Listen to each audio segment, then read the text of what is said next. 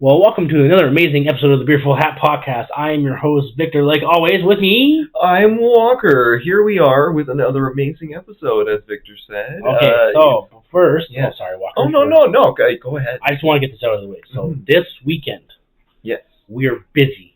Mm-hmm. We are busy because my little boy turns poo. Oh, yes, it is a big day. He is the man. I don't know. He's just an awesome young kid. Yeah. And we want to give him a great birthday. So this weekend, because I know there's been multiple times that we've missed episodes without saying anything, but this time we'll be missing the episode because we are super busy this weekend. Super busy. You know, Dad's got to take care of the kids, and I respect it. And at the end of the month, I'll also be missing the podcast. Oh, okay. Yes. Yeah. Got to work at dinner. Oh, yes, the work dinner. I was going to say, open bar this year? I know they said they were going to last year. And I'm not very sure. Restricted. We haven't got told anything, so I don't think so. But inside sources may say it, but I'm not saying, or it's a guarantee. Maybe it's a BYOB. Maybe. Bring your own booze. No, I think if they are going to do that, because hypothetically, if they do, you would have to pay for it yourself. Yeah. Because it wouldn't be open bar, it would be allowed alcohol. Yes, allowed alcohol, because I know there's a lot of people that don't go to works functions at any job that they know there won't be alcohol. Yeah.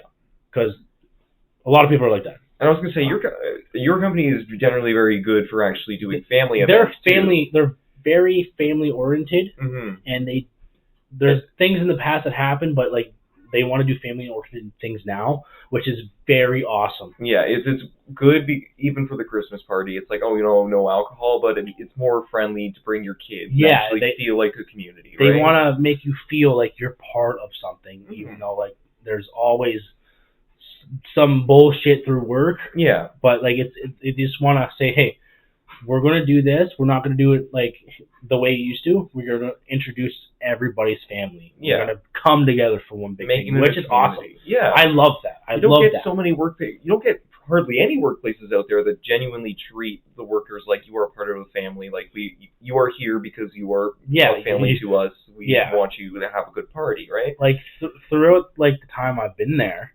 is this I've seen the changes are slow, but they're good slow changes.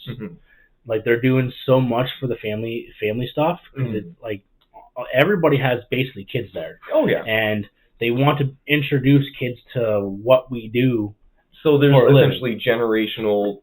I don't want to say workers, but like they're essentially treating the new generation of people as like, this is what a secure job is. This is what This is what a good place to work at kind of looks like. So what I said to one of the management upstairs is that I don't see this place as a job. I see it as a career, because you can go anywhere in this place and be successful. Yep. And that's what I love about it. And there's a lot of great positions. You could be doing anything in there and be contributing in big parts.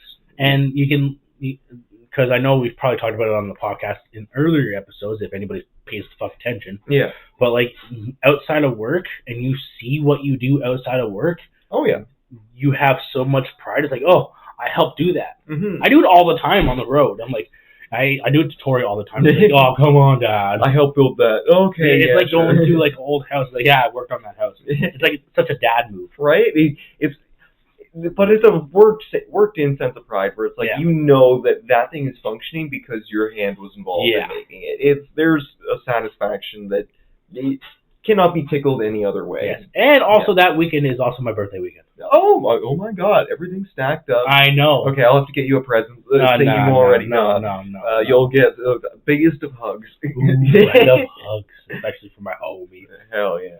No kissing, no, that's gay. Damn it. Okay. I know that was the sweetness on your thing, but Walker, do the honors. Yes. So, as always, I'm cracking a cold one. Victor's already got his cracks. Yeah, I drank my beer last night. Yeah, there you go. Responsible drinking, I respect it. I gotta say, this is my only drink of the weekend. Yeah, I didn't have any drinks today. No, you didn't. Do not. No, yeah, it is just a Smirnoff Berry Blast, one of those popsicle-looking ones. Honestly, I gotta say that is a delicious flavor. It's very tasty. It's like, if you ever got like those slushies from Slush Puppy or whatever, the electric raspberry, it kind of has that same taste. I always thought it was like the rocket ship. Yeah, with the rocket candies. Yeah. Okay, yeah. Like the rocket ship popsicle that you get, and that's what it is. It's perfect. It's like a little tropical. It's a good mixer too if you really just don't want to drink it straight. Yeah, but it's good. Oh, my buddy at work also asked me we should start doing like maybe every week. Okay. Go to the liquor store and just pick out a different brand of beer. Oh, okay. And just start doing that every week, and then slowly, if someone catches on, we can get promoted and fucking get told, hey, let's do a promo with you guys. And I'm like, I ain't doing this for fucking money. Fuck that. You know, I'd be for it though. We could get some sponsors and like, I don't know.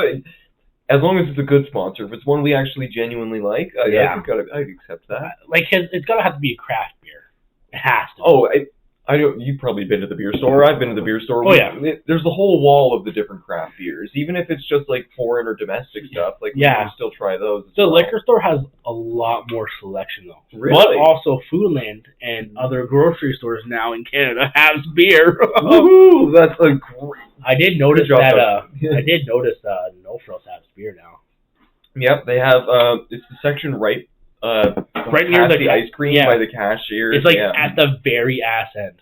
It's at the end of my route. I always start in produce and like wrap through the aisles of the store and like come back down frozen. Oh, did you want to hear a really weird theory about the grocery store? Sure, let's hear it. So, how does the grocery store layout look like to you? Okay, to me, there's the different departments. I've also worked at a few grocery stores, so there's always produce, there's meat, there's frozen, sometimes there's a bakery, if it is a spot that does bakery, and then there's like general dry goods as your standing aisles. Okay, so take this into consideration. Let's just make it easy for everybody on the podcast listening. The store is a square. Yes. Okay. You have your fresh produce in one corner. Okay. Just like No Frills here. Yeah. Just like Foodland, just like a lot of different grocery stores. So you have your meat department in the back corner. You have your dairy products like your milk, your cheese, and all that in one corner. Yep. And then you have your treats in the other corner. Okay. Okay. So the design of grocery stores is the stuff you really need is in each corner. Okay. So you have to cover the maximum area of the store, so you're walking through more aisles, technically, right? No. No? Okay. The aisles that you go down are things that you want to get.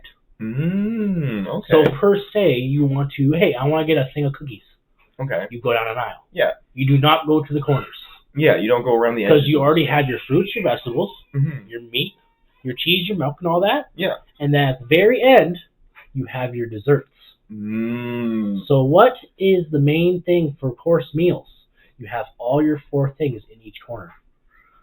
The aisles, that makes sense. The aisles are there to make you spend more. You know what? It makes sense. This is a theory that I heard years ago. I've heard something similar where like they'll do aisle layouts, like so. IKEA specifically is one of those stores that like it funnels you through the store in a very straight line. It has a very linear layout in the sense that you go up one aisle, you turn, you come back down another aisle, and you're moving through the sections of the store. Similarly, grocery stores design it so that you follow that same pattern. So like they'll have the bunkers to encourage directional flow opposite to the aisles. When you first walk into that produce section, it's usually a lot more open so that you can see more and you're attracted to that open area. So that initially always starts you in that direction. And then, like you said, it leads you into meat into the next corner of the store. And like as you become a bit more sequestered near the back of the store, that's where sight lines become a little more blocked. So if you want to get back to the front where cash is, you have to move through different aisles. You have to move past some bunkers that might lead you further into the middle of the store, then loop back down. So you're covering more ground. You're looking at more products versus just, I'm going in, I'm grabbing what I want. Yep. It's smart stuff. Smart. Yeah. Like it's a good business thing. And as a consumer, it's like, oh, I know what I need all the way over here, but the easiest path is like, oh, I know this is over this way, so I'll go grab this, and it's like, oh, I see a few sale items. Oh, my cart has 20 items in it. God damn it. And that's how it is. And before we get to the episode of hand, we want to talk about a quick thing that we've been playing Fortnite. We've done a few Fortnite episodes at this point. Well, I think we've done one dedicated. We won dedicated to it, but you have to find out what episode that is. Mm-hmm. We will not tell you what episode. Go looking. You gotta go look. Each episode, you gotta look at it. Because if you find that episode, you gotta comment or email us on our lovely social medias on Facebook, Twitter, X, or Instagram, and tell us what episode name it is. Yes. It's a scavenger hunt. Mm-hmm. Find our Fortnite episode. It is a secret. It's we kind of clickbait you there. Yeah, we clickbait. So, this season of Fortnite has been one that I've been kind of playing constantly. Yeah, I was excited for it. I heard a lot of hype for it in the past month, or like leading up to it, essentially. It holds up. Yeah, it does hold up. It's so for those of you who haven't played at this point, because it's actually causing Fortnite to have one of the biggest player base returns so far. Like they're back up to 2.5 million active players. Oh, I wonder why. Yeah, and it's the Simpsons update. It's a classic. Holy shit! It's so big that Disney is doing small short films. I did see one of the short films earlier today. To legit figure out what the fuck happened. Mm-hmm. Oh my god. Which is amazing. That is crazy. So it's a huge collaboration. The battle pass and the map have all completely changed. Like the map is now Springfield as the island. Springfield Island. Yeah. Which is amazing. And it's a fully fleshed out map. Great POIs. Like at this point it's a bit smaller than the regular size map, but it still feels large. It feels like Fortnite, but The Simpsons.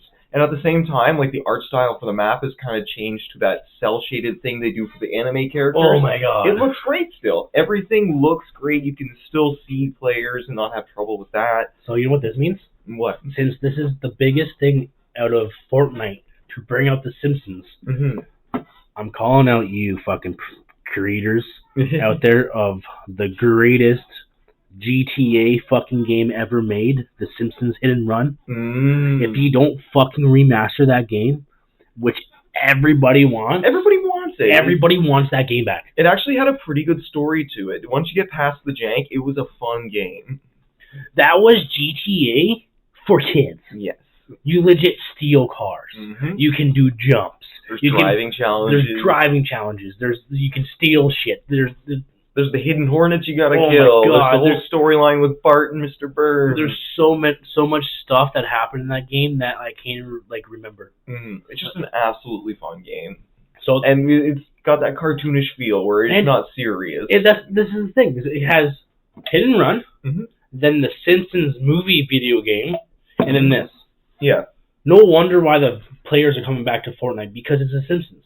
Everybody knows The Simpsons. Oh, and the best part is, like, admittedly, it's probably just what Disney and Fortnite were going for. I started watching a few episodes of The Simpsons starting in season 1, and a lot of the references are on point. They're very subtle as you play the game, but the references are very much there. Like the whole knocking off the statue. Oh, that's fun as fuck. Yeah, like taking the statue's head. That's episode 7 of season 1, where Bart steals the head of the statue. It's like, oh, that is like a tried and true reference to the game or to the show. I did see something on social media about one thing they fucked up on. Oh, what did they mess up on? So when you go to Moe's Tavern, you remember the episode when Homer Simpson has the acapella group with Smithers? Barney, Mr. Burns.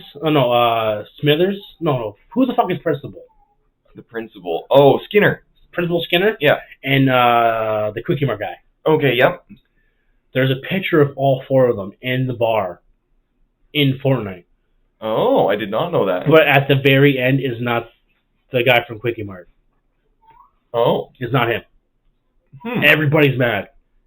Okie doke. So everybody is so mad about that. It's a small alternate universe thing. I don't know. I think what happened is that when they can play it off because Simpsons and the Island smashed up together. Yeah.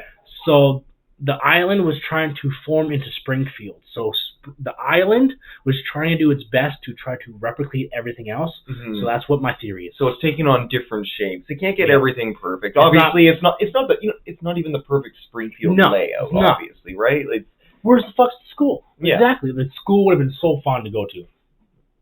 I think they kept the school strategically removed for, we'll just say reasons. You don't want to put schools in gun games. Okay, now, that just clicked. I feel like Fortnite is very much trying to avoid school shooter jokes if the school isn't on the map.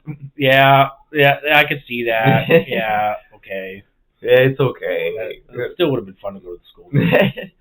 Because you go to the principal's office, you can go to different classrooms. They could have included a lot of fun references in it. They could have. And you know, have Bart writing on the chalkboard. Yes. That would have been fucking sweet. There might, you know what? Usually with the new story modes, like the maps will update and change as the story evolves through the season. So maybe we'll see the school at some point. Watch them bring the school in, and it automatically takes your guns away. Oh, that'd be interesting. You have to just pickaxe fight whenever you're inside. No, because if you go in there and have a gun, you automatically get teleported to the classroom, and you get stuck there for maybe a couple seconds saying, I will not bring guns into school. Oh my gosh, that'd be so funny. Fortnite, if you're listening to this episode, please do that. That'd be fucking hilarious. Yeah, patent our idea. It'll help reduce the school shooters. Oh no, I won't reduce the school shooters. Fuck that. Make them write lines. That's a mental problem right there. But that's enough talking about that. Yes.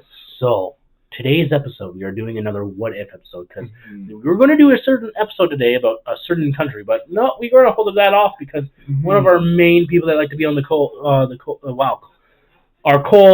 is our episode. There we go. No. You try to say it, but you spoiled it.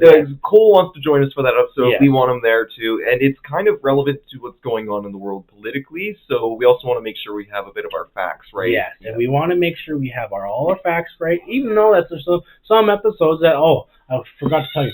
Yeah, I didn't say this on the podcast. So when we did our Charlie Cook Show episode, he told his wife not to show up. Really? So the facts of me saying that his wife and child was there was false. I did hear that they weren't there after the fact either, but they did see it on TV. So they still saw the assassination. They did saw the assassination, but they weren't there. Yeah. So I will retract that comment. But today's episode of What If, we are doing a What If Marvel. What if Marvel was our universe? What if we were Earth 616? Yes. Because, you know what? Reality would be a lot different if we were in a reality where there was superpowers, where there was aliens that were just more willing to show up on a frequent basis. Yeah, and where doctors can become sorcerers and billionaires make suits just like Bruce Wayne with Batman. Oh, different universe. Same difference. It's fine. But yes, we are talking. Let's do that. What if Marvel 616? Okay. If that was our universe, because there's the multiverse. Yeah. I was gonna say Canada would be fine. Nothing bad ever happens to Canada. Nope. The MCU is. Oh, I guess no. There's not yet. Not yet. Not yet. Okay. Because there's still a bunch of characters they haven't used yet, and there's one character that is also Canadian. I was gonna say Deadpool and Wolverine technically are Canadian. So if we're saying Earth 616 includes the old Fox canon, potentially. We have some instance in Canada. Like the Stryker base is there. Yes. Yeah.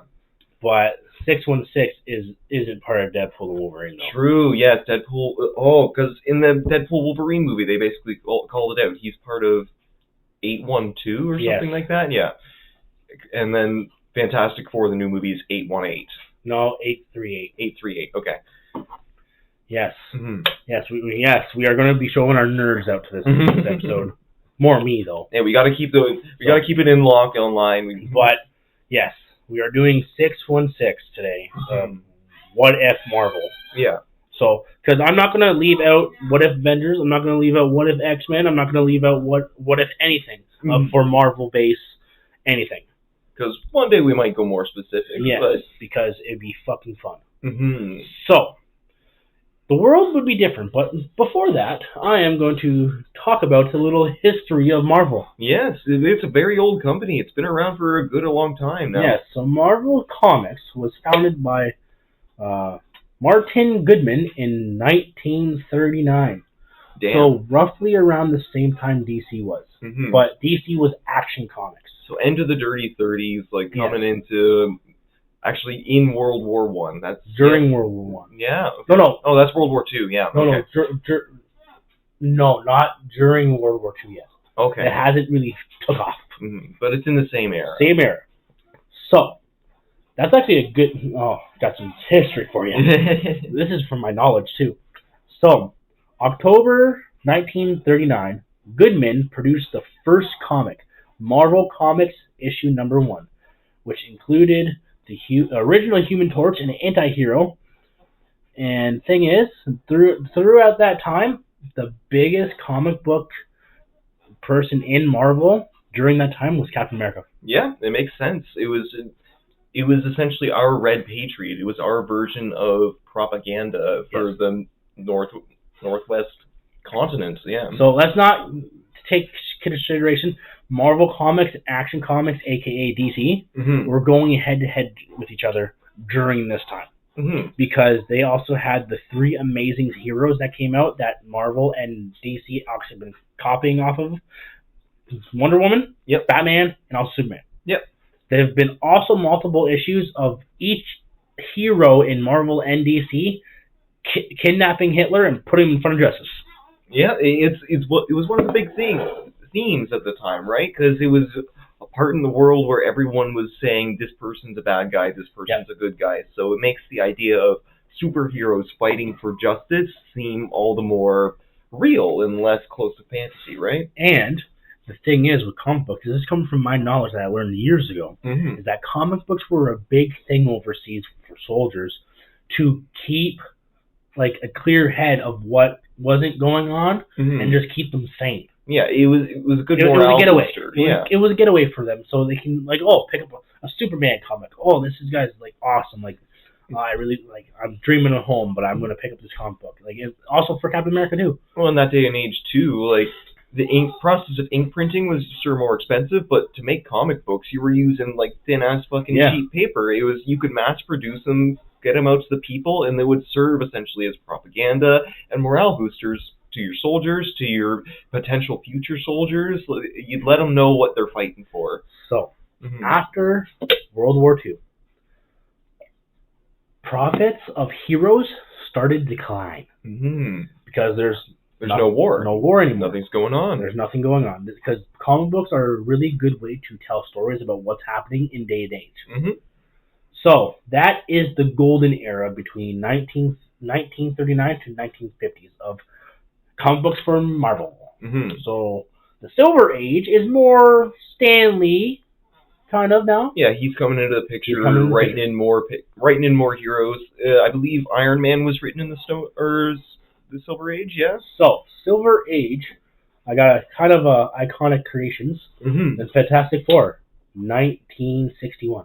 Yeah, they are a very 60s hero, and even in the new Multiverse of Madness movie, Doctor Strange says, "Oh, I thought you guys started off in the 60s for the 616 universe." Yeah. So, the Hulk, 1962. Very good. Same year, Spider-Man. I do gotta say, the story that Stan Lee tells about Spider-Man, because he had the character for Spider-Man so done. He was wanting to produce it. His producer's like, "Oh no, this won't fly." Who the fuck is going to read a kid from the Bronx or whoever puts on the mask and can climb on walls and spin webs? Who the fuck's going to read that? It was a killer comic. It was an insanely good hero. Everybody loved him because he was a relatable teen and he was the friendly neighborhood Spider-Man. Because he said, "Why I want to be a hero, but I got my own shit to deal with." No one. His producer's like, "Oh, I don't want. Who's going to read that?" The day after he went to somebody else to produce it, his producer came, "Oh, you still got that idea for that spider guy?" Yeah. I believe, I'm pretty sure there's an interview with Stan Lee where he's talking about that exact same thing. So I think that's where we're getting this quote here from. So the same interview, Stan Lee legit turned around and says, anybody could be Spider-Man. Because he wears a mask. Oh, and then they even repeat that with one of his old voice lines in the new Spider-Verse movie that came out. He was dead at the time, but anyone can put on the mask. It's not about the mask specifically. No, I think he was alive. No, it was the first one. It was the first one, yeah. And he says, because Miles Morales is looking at no refunds. The suit fits. What if it doesn't? Eventually. Yeah, it always fits eventually. Yeah. Quality line. So Thor, same year. Okay. X-Men. Okay, X-Men, 1963. Okay. And then the very, very cool idea for the Avengers, 1963. Damn. Same year of the X-Men. So right in the first few years of the 60s, Stan Lee was popping off. So you have Captain America, you have Iron Man, and so forth between that time period. Mm-hmm. Then you get into the Vietnam War, Cold War after that. So the Bronze Era and beyond. 1970s to 1990s. So you basically like the same things, like just different. You're seeing new generations of these heroes. Yeah. So let's go to 2000s and present day. Mm-hmm.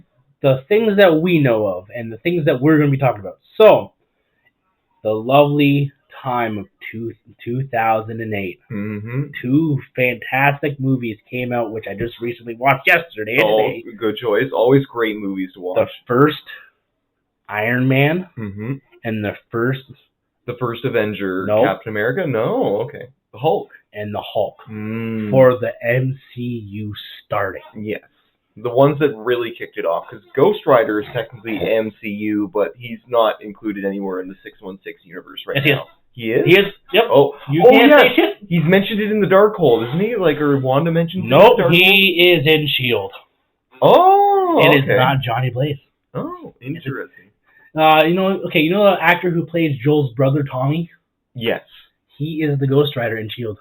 Okie doke. It's not the original... It's not Johnny Cage, no. Motorcycle. It's a fucking Charger. Oh. It's a car. You know what?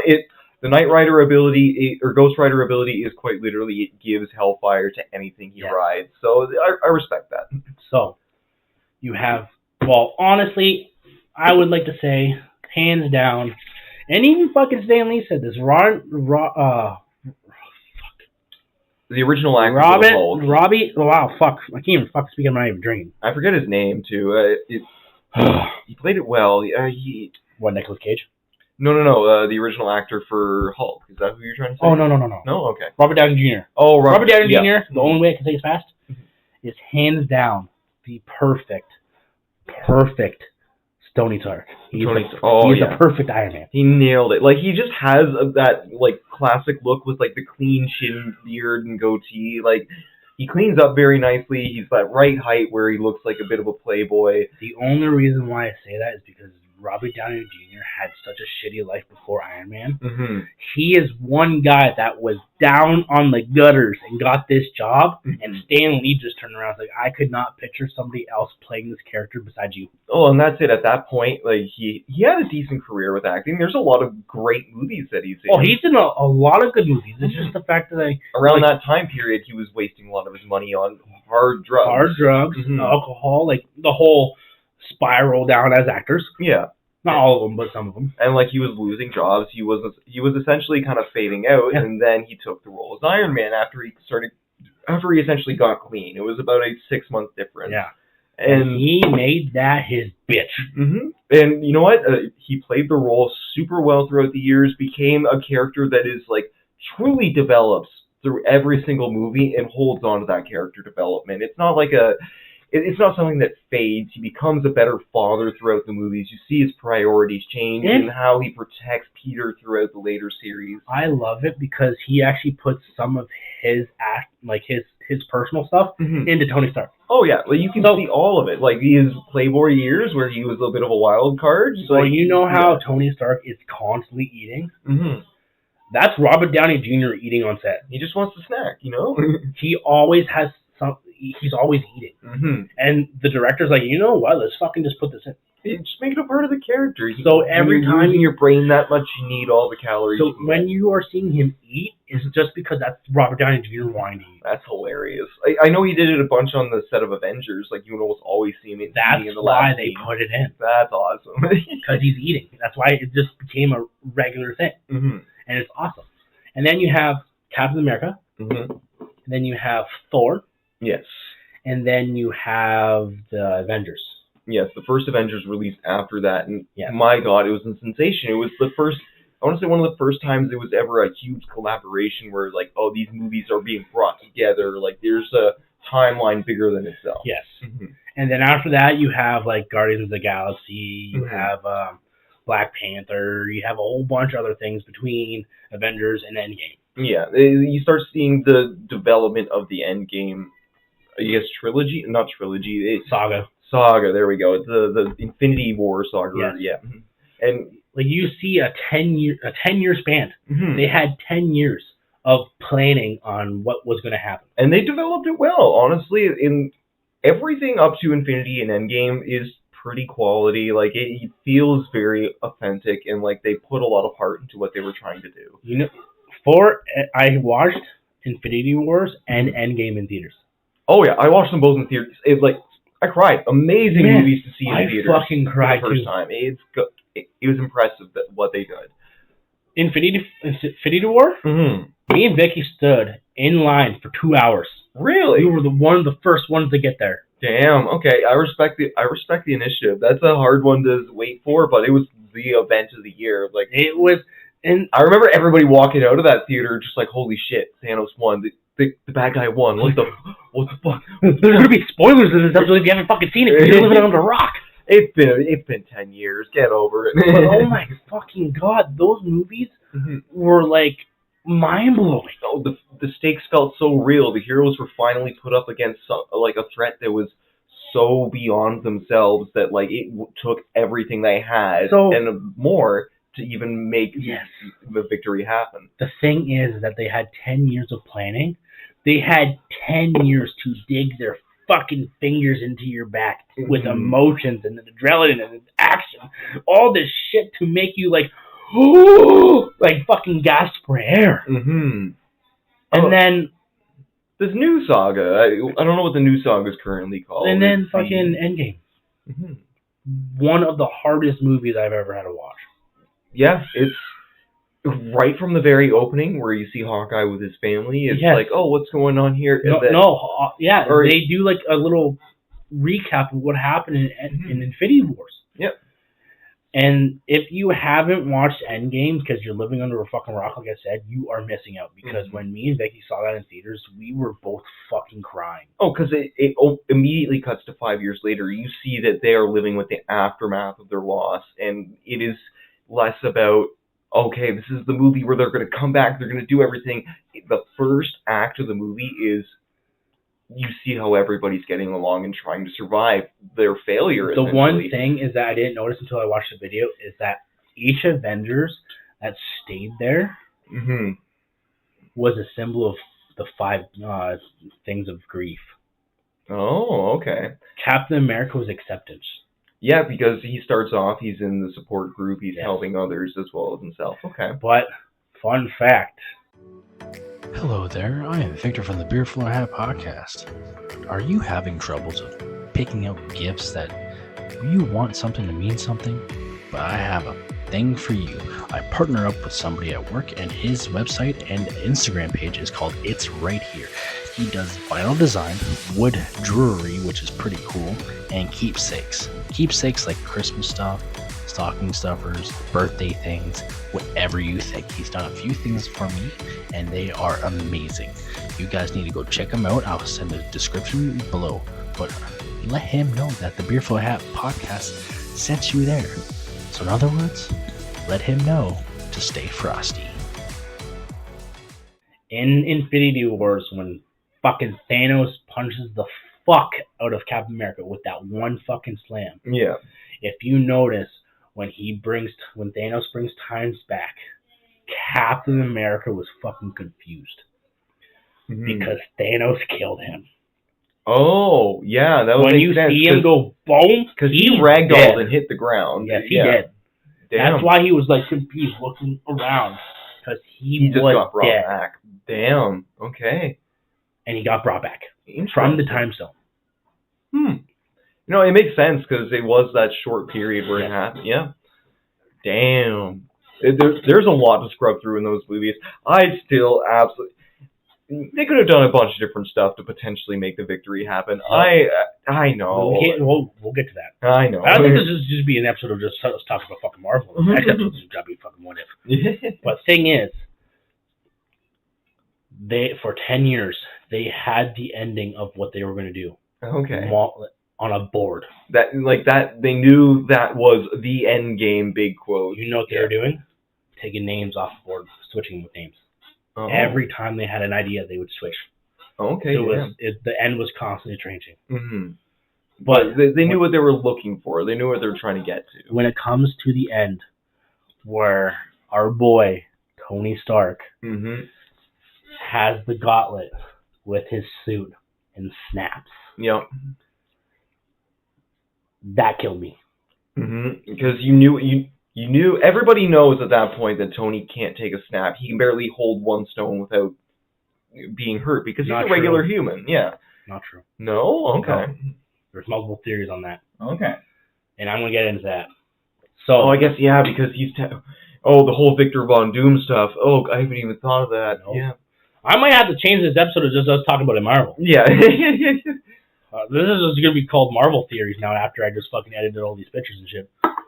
But thing is that Doctor Strange did a bunch of fucking magic shit and says, there's only one outcome.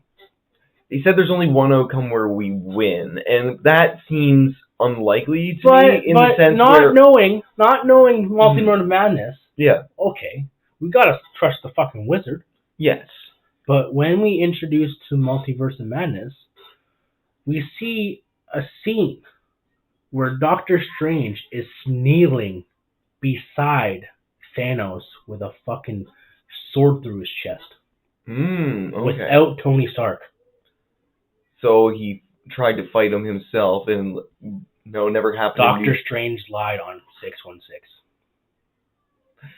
I firmly believe he lied. I think he knew that there was multiple different outcomes, but if he didn't give away the Time Stone, they all would have died there, so Tony would never have created time travel to change it back. But then... No. I'm going to debunk that. I really think it's because Strange wanted an ending where everybody survived, which meant reality had to take a bunch of sacrifices to begin with, and his version of winning was different than Tony's. I think we also talked about the fact he also wanted Tony to be the one who take the snap, because when he becomes the hero and takes the snap, gets rid of Thanos' forces, and essentially saves everybody on Earth, he dies at the same time and never becomes Victor Von Doom in 616. Nope. No? Okay. So, what are you thinking? My thinking is that since my Nerds is coming out now, so Doctor Strange, we know in Multiverse of Madness there was multiple different ways for the Avengers to win. Yeah. Multiple different ways. Oh, easily. They could have won an Infinity fucking war where Doctor Strange just fucking took his arm off. They could have won as long as Peter just kept his calm, and they had the gauntlet physically off him. If Peter hadn't hit or interacted with Thanos at all and instead helped with the gauntlet, they would have had it off. They could have killed him there. All Doctor Strange had to do is open a portal and fucking cut his hand off. Yep. There's so many theories about how they could have much more easily won, and I agree with that. I think Strange's motivations, because even in the What If series, we see that Strange in a lot of realities is kind of corrupt to what he believes is the right option, and he's okay sacrificing a lot more than most people. So, Doctor Strange saw multiple timelines, right? Yeah. The timeline that he saw of Tony Stark enveloping the fucking time machine was him knowing that if Tony would have survived, he would have wrote all the wrongs that he did. Okay. I can kind of see where you're going with this. He would have made 616 the prime Earth that can control all the multiverses. All of the realities and timelines. Because Tony's so smart, he can break that. Yeah. Well, now that he's the time travel capability, different than the TVA's type of time travel capability, he's abusing the quantum realm. But the thing is, if you take a very good look, his timeline is the same timeline of the TVA. Yeah, I know in the TVA, with Loki, they always call it the sacred timeline, and it's Earth 616, that is the sacred timeline, where Tony Stark I know Kang talks about it at one point too, Tony Stark needs to create time travel to go back to save the universe and get rid of Thanos, essentially. So, the thing is, they took his technology for time travel. Okay. But with the TVA, how are they able to go to different universes? Well, oh gosh, the science behind it is they're using a different type of energy so because that aside Tony Stark would have developed it. Mm-hmm. But Doctor Strange had to stop that. So they probably took it from someone else. Because guess who found the Void? Who found the Void? Yeah, you know that Void in Deadpool and Wolverine? Someone very popular that came back to be his own original character. Okay. Said Reed Richards found the Void. Oh, okay. Reed Richards was also researching how to time travel and go to alternate dimensions. It makes sense, yeah, because in the recent Fantastic Four movie, you see him have the dimensional portal. That's how they ultimately, spoilers, defeat Galactus, because he's working on dimensional travel in that movie, and they have a successful space trip. They came back from theirs with their powers. So I think with Earth 616 and the whole Doomsday thing, where at the end of Thunderbolts, you see the ship coming back, and the fact that Strange even says they charted off in the 60s and never came back. I think in Earth 616, their original charter mission took them off planet. They gained their powers, but in a time loop are coming back later than they're supposed to, or they got stranded in space or the void.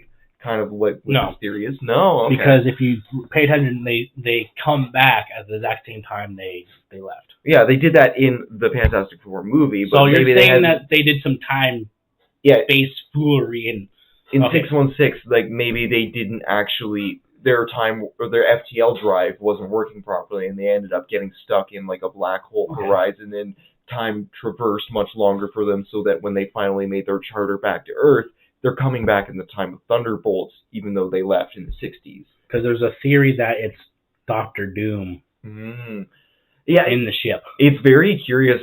I'm very curious to see how Avengers Doomsday plays out. Because if right now they're saying 838 is the universe that they're going off with Fantastic Four, and you see Victor Von Doom about to kidnap the child who's a cosmic see his entity. Helmet? Mm-hmm. Did you notice it's the same shape as Iron Man mask? Yep, it's very similar. Like the whole, I love the.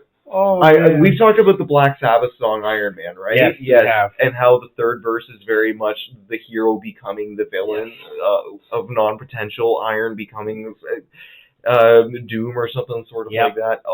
So if you want, it's Black Sabbath, Iron Man. Mm-hmm. If you it's a classic. It's a classic. They literally use it in the credits of the first Iron Man movie.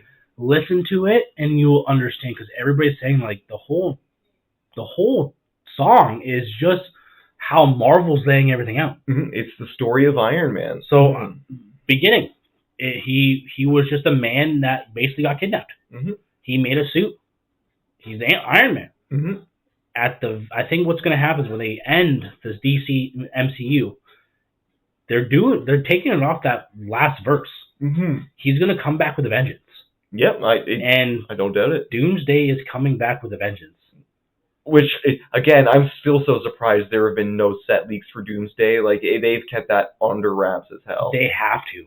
Because everybody's so soaked. Because everybody was so mad at the beginning when they cast Robert Downey Jr. to come back as Doctor Doom. I was confused by the decision. I was like, he's done with Iron Man. Why the fuck is he coming back? And then when you think about it, okay, then, why is they're going off of this comic book? Mm-hmm. Looking into the lore and the setup, you start to see why they're doing it. And even in Endgame, where Tony meets Howard, he's talking about having his first kid, and that's not the age Stark would have been when he was born. Oh, so my wife is almost due. Mm-hmm. And you see him like he does the math, but he kind of blows it off and moves on. Okay. But as viewers, you start to realize, oh, shoot. And then you find all these other hints on the internet and through comics. Yes. Loki season 2. Mm-hmm. Loki and what's that guy's name? Mobius. He talks about a child that the TV had to track down. That they didn't think it was a child. Dang. In the same region as Dr. Doom's house or castle. Yeah, that would make sense. And they found a child. Gosh, because they saw in the future that he was going to be the one that commits 5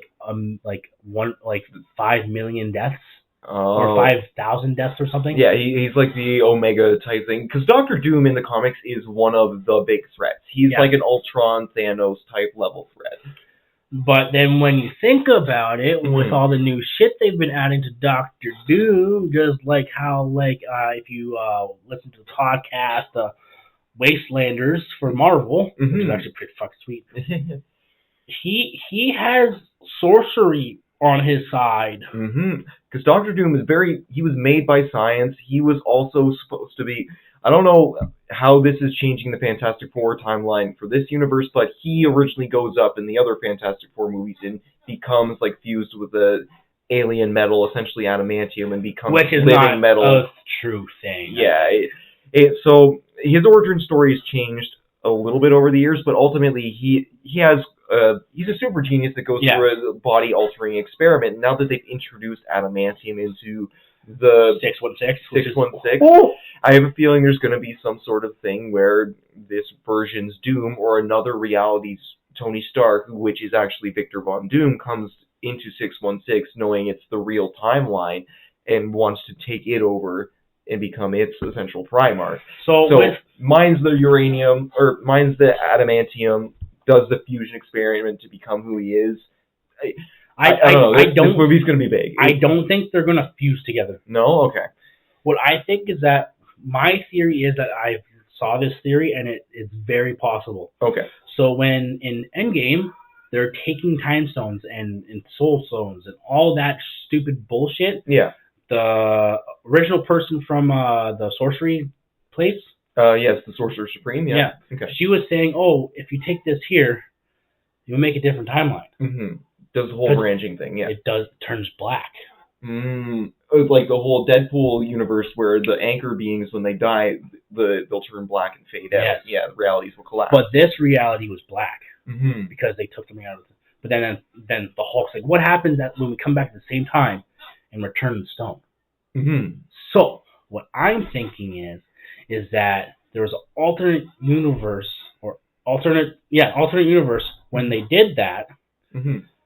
Tony Stark realized what was happening, didn't do the snap, because they could have had the Hulk do the snap again. Yeah. Because he can absorb it. And he realized that his Earth was dying. Oh, yeah, no, that makes sense. He saw it crumbling. I was also going to say, that it was something they never really touched on in Endgame, but the Loki series starts when Loki picks up the Tesseract in Avengers after Tony knocks it over and that whole incident happens, and they have to go back to a different era to get the Tesseract. So in that universe, the Tesseract goes with Loki and then stays in the TVA.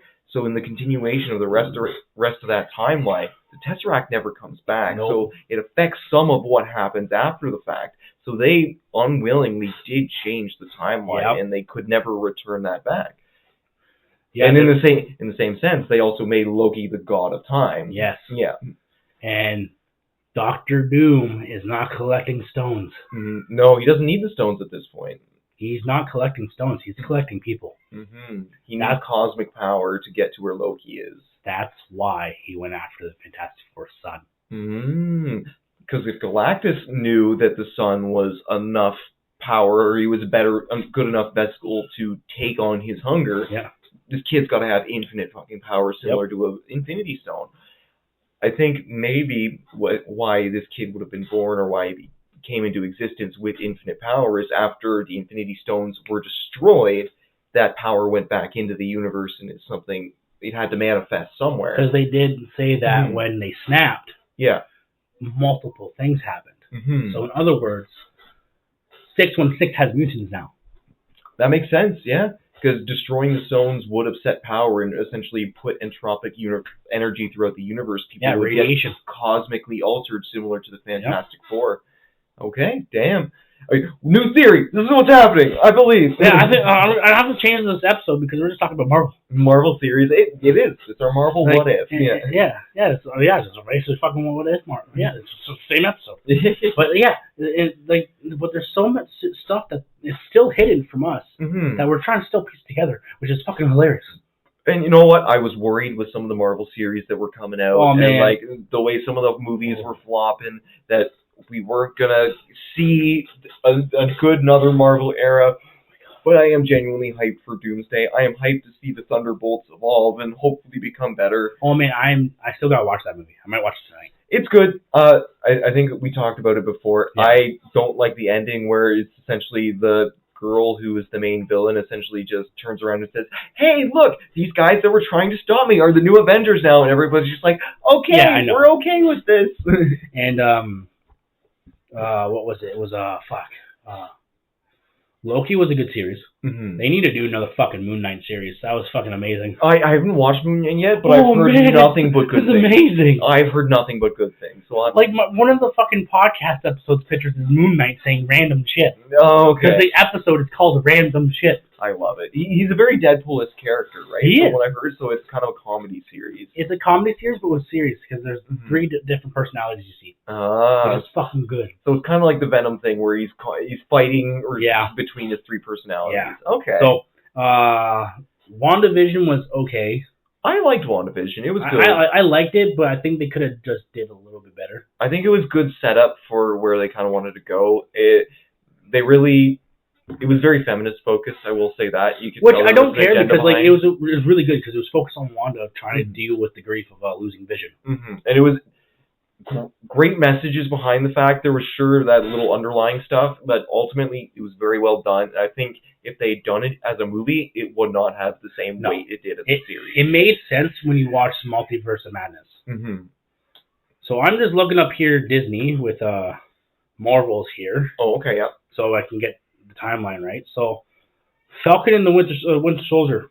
Did you watch it? I did, yes. Actually, fucking a pretty good fantastic show. Very political, but I liked the way they handled it. They showed that you can't just give the super soldier serum to anyone and they'll be Captain America. John Walker is sure he's got Captain America's powers, whatever. He is a very different leader. Yes. He's not a leader at that. He's someone who uses a lot more brute force and straight up military training, and that's why he's an effective soldier. That's why Bucky turns around like, would you fall on a grenade for everybody? Mm-hmm. Because in Captain America, he did that. Oh yeah, very sort of without powers. Yep. Without anything. He was just a little scrawny dude. He's like, oh no, my platoon's gonna die. Ain't gonna let that happen. Hawkeye. Did you watch it? I did watch the first season. I don't know if there's a second, but they're actually pretty good. I liked Hawkeye as well. I liked it because they brought Kingpin in. Yes. Which Daredevil and the Defenders, all of them are in the MCU. Yes. I haven't watched Daredevil Reborn yet. I haven't watched that either. I'm hoping it's good. Daredevil is one of my favorite characters. I loved him in his Netflix series. She-Hulk. Bad. It was bad. Fucking terrible. It set up the Hulk universe, the fact that there's going to be more Hulk stuff going on, but it's just bad overall. Like, I'm not saying anything bad about the She-Hulk, because, like, they tried doing it a way that, like, it was in a woman's perspective for directing. Yeah, it was just so poorly written. The characters had no real substance. Like, you couldn't relate to what was going on. They were trying to do a Deadpool thing with her, and it didn't work. Yeah. Like, it was just, if it was better acting, like, the chick who portrayed She-Hulk was a, like, fantastic pick for it. I think she did everything she could with the directing she had, with the writing she had. At a certain point, it was just not a superhero TV show. No. They weren't setting anything up. There was, from what I understand, almost no plot at all. The only thing they set up was that Steve Rogers wasn't a virgin. That's it. God damn. Okay. So, Secret Invasion. Did you watch it? I did not watch Secret Invasion, but I know it's relevant for a lot of things because apparently Nick Fury in a lot of his more recent movies was a Skrull. Yes. Yeah. Because Nick Fury was in space. Mm-hmm. So, it's good, but also bad at the same time. I think it dealt with the whole spear thing, like, because there's Sword. Oh, no, Sword. It dealt with Sword, because Captain Marvel established Sword, and then, like, Secret Invasion kind of explained why Sword disappears after that. Yeah. It's stupid because it's just, there's so much stuff that I can talk about. Echo, I started watching, but never finished it. Echo? I'd never even heard of it. It's take Daredevil, but she can see with no hearing. That's basically it. So she's a deaf girl. Yeah. Okay. But she worked for the Kingpin adopted her and got her to train and shit, which is actually pretty clever. Oh, maybe I'll have to check it out. This. Oh, Agatha, all along. I think from what I saw from the series, which isn't a lot, I think it's what leads up to her discovering Wanda, because she basically dies in WandaVision. No. No? Okay. She just disappears. Yeah. Oh, no, yeah, because she turned her into, like, a permanent slave, and then Wanda fucks off, so I imagine she breaks the magic. So, I haven't even finished the first fucking episode. Yeah. Because it's, I'm sorry to say to the people who like that show, trash. It's hard to watch. I can imagine that. It's hard to do witchcraft right. I watched Sabrina the Teenage Witch the first season, watched into the second season. It was good. It started falling off really fast. Bangable. Oh, Victor! No. You're talking about the new Sabrina. I was talking about the 90s one. Oh, the 90s one was fucking amazing, yes. Fucking bangable. Mm-hmm. Yes. New one? No. I'm a 90s kid, so yeah. Yeah. And the new one was okay. It's just it fell off big time, and it became much more of a love drama than like the whole witchcraft. And Agatha just felt like more of the same, where it's like it was just like what people want to see is what you're getting, and they're just like, oh, this has happened. Mm-hmm. Ironheart. I didn't watch it. I don't want to. I've heard nothing but negative comments about it. I've seen the What If series, so I've seen Rory Williams in the role, but the fact that she comes out of nowhere and she's just, another genius that happens to use a lot of Stark-like tech and makes her own Stark-like tech, it's like, okay, like, I guess if that's her origin story, great, but it feels like a weird and forced character creation, knowing that Tony's out of the series. So when Rescue exists, when their own daughter exists. You see her, she played in Ironheart, in Wakanda, the second movie. Okay. She plays in that, which the second movie was fucking fantastic. Okay. They did what they could, and they did a phenomenal job. They did a really good job. They did because Chad was already dead at that point. It's you got to do. They worked with whatever photo bites they had, and they did a really good job of ending it very well. Okay. I legit teared up. That's one I still have to watch, but again, I've heard a lot of good things about it. But Ironheart. I gotta say this, I will not watch it, but I might have to because they bring a certain demon into it. Oh, Mephisto? Okay, yes, that's what I'm excited for. Guess who's playing Mephisto? Oh, not Jake Gyllenhaal, right? It was somebody else who... Hi, I'm Borat! No fucking way. Yes. Okay. Borat Mephisto. You know what? I can see it. He's kind of got the right face for it. And Mephisto's supposed to be a really strong character in the MCU. He's the one who not writes the Darkhold, but he also has his powers from the Darkhold, similar to how Wanda got them. He's on par with Scarlet Witch. But he also is the one that fucked Peter over in comic book series. Okay. I will get to that after. But the reason why I probably won't watch Ironheart is because they fucked over the kid from Iron Man 3. Yep, he was supposed to be Tony Stark's little apprentice. Right? Everybody thought the theory was that he was going to be the next Iron Man. Well, the fact that they even showed him in the end of Endgame was just enough as an honorable mention, but it feels like enough to be a teaser as well. Yeah. And I hated how they fucking did that. You know what? Maybe we'll see him, because a lot of the fans have that same opinion. If you guys are listening, you probably have the same opinion, where you want to see this kid kind of reprise his role and take on the I'm the helper of Iron Man. Yes. Yeah. Or end up something happen and he becomes a villain or something. Mm-hmm. And he knows all this tech because of Tony. You know what? I think it's not something they're going to throw to the wayside, but it'll be one that kind of pull out as a retcon, maybe in one of the series later on. Then you have... That's basically it. Mm-hmm. They relied on a lot more TV shows coming into this, which... A lot of people hated that. Yeah, it's tough, because it takes a lot more time to watch a TV show, a lot more dedication, especially when they're all hour-long episodes. It's like you're watching multiple movies, and it fits the subscription format. It's harder on the audience. Yes. Mm-hmm. So what I'm thinking is, after all this build-up of Doomsday, is that they're going to have... But thing is, they haven't said... Everybody's focused on Doomsday. No one's focused on Secret Wars. Oh, I guess, yeah, Secret Wars is also coming out. And that's supposed to be the follow-up to Secret Invasion, right? Yes. No, Secret Invasion is the TV show. Oh, okay. Secret Wars is before Doomsday. Oh. So Secret Wars is going to be coming out before Doomsday too, then? Yes. Oh. Well, that's what I've gathered throughout what we've seen. Okay. But thing is that they've been confirmed. Tobey Maguire's coming back. Andrew Garfield's coming back. There's a bunch of people coming back. Okay. I think Nicolas Cage comes back. So we're going to be seeing like a whole multiverse interaction again. That's what Secret Wars is a multiverse war. Oh, okay, damn. So what I think, Secret Wars... I was going to say, okay, I thought they were prepping for Secret Wars because that was going to be like the Kang arc, but now they're not doing Kang anymore, right? Yeah, that's right, I'm wrong. They might still have Secret Wars, but something happened with the actor for Kang, you were saying? He got in trouble with the law, and they like fired his ass. That's why season 2 of Loki's different. It was still a good season, but like, it was ultimately they dealt with him like half the season, and then you didn't see Kang. That's why like watching Ant-Man, the third movie, doesn't make any sense. That's why watching like the first season of Loki doesn't make any sense.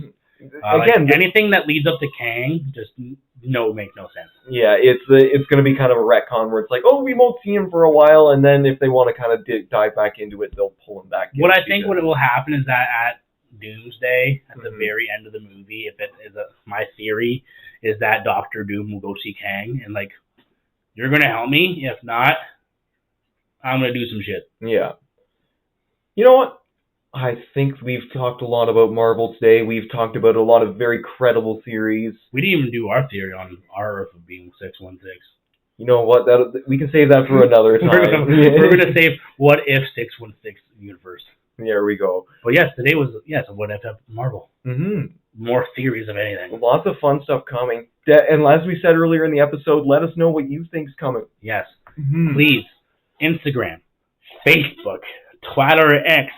What are your thoughts? And the email is up on there on the social medias. Social medias, I think. Or just message us on social medias. Who gives a shit? And that's it. At the Beer Foil Hat Podcast. All one word. You'll just fucking research it on Google, one or the other. But yes, let us know what your theories are, because we will, if you guys get back to us, we will say the theories that you guys say. Because we're all nerds here, as you can tell, an hour in talking about Marvel. And that's it. If you enjoy Marvel too as much as we do, we want to hear it. Yes. So in other words, from the lovely kitchen studios of the Beer Flat Podcast, Walker, what does the fridge do? Oh boy, it stays frosty.